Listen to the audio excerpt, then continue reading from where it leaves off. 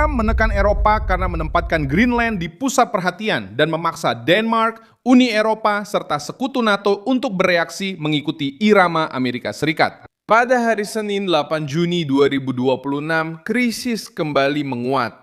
Setelah Marco Rubio menyatakan di Kongres Amerika bahwa pembicaraan dengan Denmark dan Greenland masih berjalan dengan baik, dan bahwa Washington tetap melakukan dialog bulanan tentang penggunaan strategis pulau tersebut untuk pertahanan. Eropa mencoba menganggap pernyataan Trump sebagai sebuah provokasi. Denmark menolak Greenland menjadi bidak militer. Uni Eropa berusaha menghindari pertikaian tarif baru. Dan Trump menunjukkan bahwa ketika dia mengangkat suatu isu, para sekutunya segera bereaksi. Apa sebenarnya yang diinginkan Trump? Mengapa Eropa menjadi waspada? Bagaimana Greenland menjadi titik tekanan baru terhadap Brussels? Saya akan segera menceritakan semuanya kepada Anda. Jika Anda menyukai konten yang langsung dan tanpa basa-basi seperti ini, pertimbangkan untuk berlangganan, karena di sini ada video seperti ini setiap hari. Marco Rubio berbicara tentang kasus ini dalam sebuah sidang di DPR Amerika Serikat. Dia ditanya tentang situasi Greenland, yang merupakan wilayah otonom yang terhubung dengan kerajaan Denmark. Pertanyaannya sederhana. Apakah Amerika Serikat perlu memiliki sebuah wilayah di dalam NATO untuk bisa membelanya? Rubio mengakui bahwa pulau tersebut adalah bagian dari Denmark, tetapi ia menambahkan sebuah ungkapan yang membuat Eropa waspada. Untuk saat ini, pernyataannya bukan sekedar detail saja.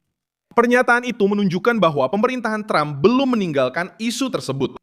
Sebaliknya, hal itu menempatkan perselisihan ini ke dalam fase yang lebih tersembunyi, lebih diplomatis, dan lebih berbahaya bagi orang Eropa. Karena sekarang, tekanannya tidak hanya muncul sebagai pernyataan publik, tetapi juga sebagai percakapan yang terus-menerus antara pemerintah. Informasi terpentingnya adalah bahwa Amerika Serikat sedang berdiskusi setiap bulan dengan pejabat Denmark dan Greenland mengenai penggunaan pulau tersebut untuk pertahanan bersama. Dan itu mengubah bobot perdebatan. Kita tidak hanya berbicara tentang pembelian simbolis, pernyataan yang kuat, atau provokasi terhadap Copenhagen. Washington memandang Greenland sebagai basis pertahanan, titik pengawasan. Disitulah Trump menekan Eropa karena dia memaksa sekutu-sekutunya untuk membahas keamanan di medan yang dia pilih, pada waktu yang dia tentukan dan di bawah tekanan yang dia ciptakan sendiri. Greenland menakutkan Eropa karena itu bukan pulau sembarangan. Pulau itu berada di posisi strategis antara Amerika Utara, Atlantik Utara, dan Arktik. Bagi Amerika Serikat, lokasi ini memiliki nilai militer langsung. Pangkalan Tufki, yang dulunya adalah Pangkalan Thule, sudah berfungsi sebagai instalasi militer Amerika di wilayah Greenland dan berperan dalam peringatan dini rudal, pertahanan anti-rudal, serta pengawasan luar angkasa. Artinya, Trump tidak mengada-ada soal pentingnya wilayah ini. Dia hanya membawa ke dalam perdebatan politik apa yang telah dilihat oleh para jenderal, diplomat, dan ahli strategi Amerika selama beberapa dekade. Siapapun yang menguasai wilayah itu dengan lebih baik akan memiliki keunggulan dalam pertahanan Atlantik Utara. Reaksi dari Denmark menunjukkan bahwa masalah ini sudah keluar dari ranah candaan. Pada 2 Juni 2026, Perdana Menteri Mette Frederiksen mempresentasikan agenda pemerintahan barunya setelah lebih dari 2 bulan negosiasi internal. Di antara prioritasnya, muncul penolakan terhadap tekanan Trump mengenai Greenland dan pembelaan terhadap kedaulatan kerajaan Denmark. Ini menunjukkan besarnya tekanan yang ada. Sebuah negara Eropa yang kecil namun penting dalam NATO harus menempatkan Greenland di pusat fase politik barunya. Copenhagen tahu bahwa setiap konsesi akan dianggap sebagai kemunduran di hadapan Washington.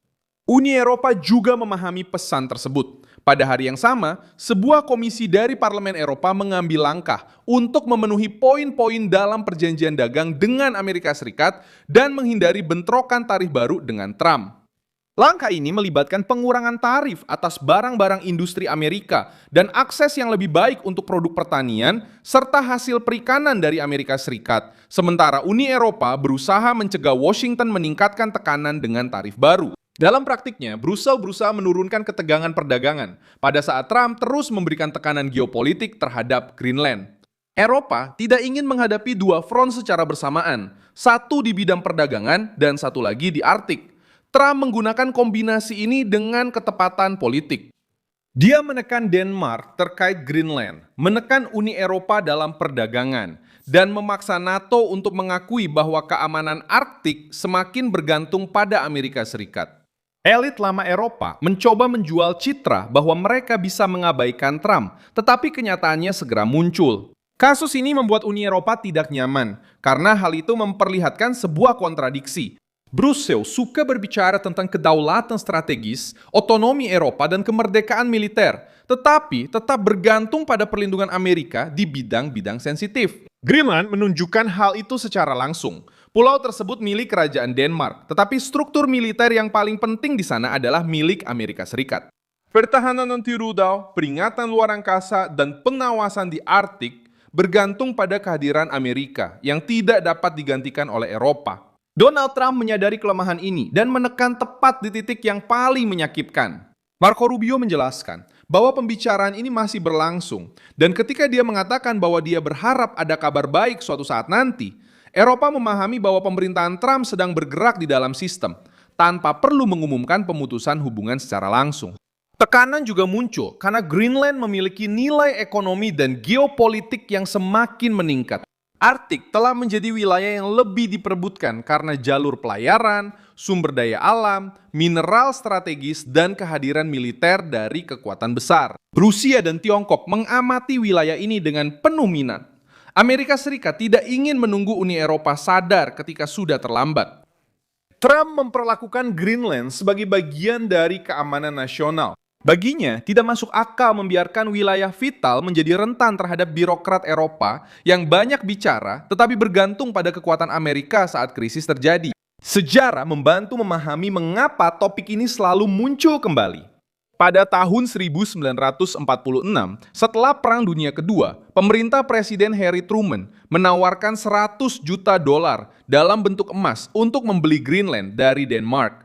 Proposal tersebut ditolak, tetapi Amerika Serikat tetap mempertahankan akses militer ke pulau itu dan kemudian memperkuat kehadirannya melalui perjanjian pertahanan. Ini menunjukkan bahwa Trump tidak mengeluarkan ide yang absurd begitu saja. Ia menghidupkan kembali pandangan lama tentang keamanan Amerika. Greenland terlalu penting untuk dikeluarkan dari perhitungan strategis Amerika Serikat. Negara-negara lain juga telah bertindak seperti itu di wilayah-wilayah sensitif. Rusia memperlakukan Arktik sebagai zona prioritas militer dan memperkuat pangkalan, radar, serta jalur di utara. Tiongkok berusaha menampilkan diri sebagai kekuatan yang dekat dengan Arktik, meskipun tidak memiliki wilayah di sana, karena mereka tahu bahwa jalur dan sumber daya di sana bisa sangat berpengaruh di masa depan. Britania Raya selalu melindungi titik-titik maritim penting untuk mengendalikan jalur, perdagangan, dan pertahanan. Trump melihat papan permainan ini tanpa romantisme. Baginya, negara-negara kuat melindungi posisi strategis sebelum lawan mengambil alih ruang tersebut. Perbedaannya adalah Trump mengatakannya secara terang-terangan. Eropa lebih suka pertemuan panjang, pernyataan yang samar, dan bahasa diplomatik. Ia lebih memilih tekanan langsung. Begitu juga dengan tarif, begitu juga dengan pertahanan NATO, dan sekarang juga dengan Greenland. Eropa bisa saja mengeluhkan gaya Trump, tapi tetap harus berurusan dengan kekuatan politik Amerika. Saya Milson Alves, seorang internasionalis, dan tujuan saya adalah membuat Anda tetap terinformasi dengan kebenaran setiap hari. Tautan berita ada di deskripsi video. Beri like pada video ini, subscribe ke channel, dan di akhir cek komentar agar Anda bisa lebih terlibat dengan komunitas Milson Alves.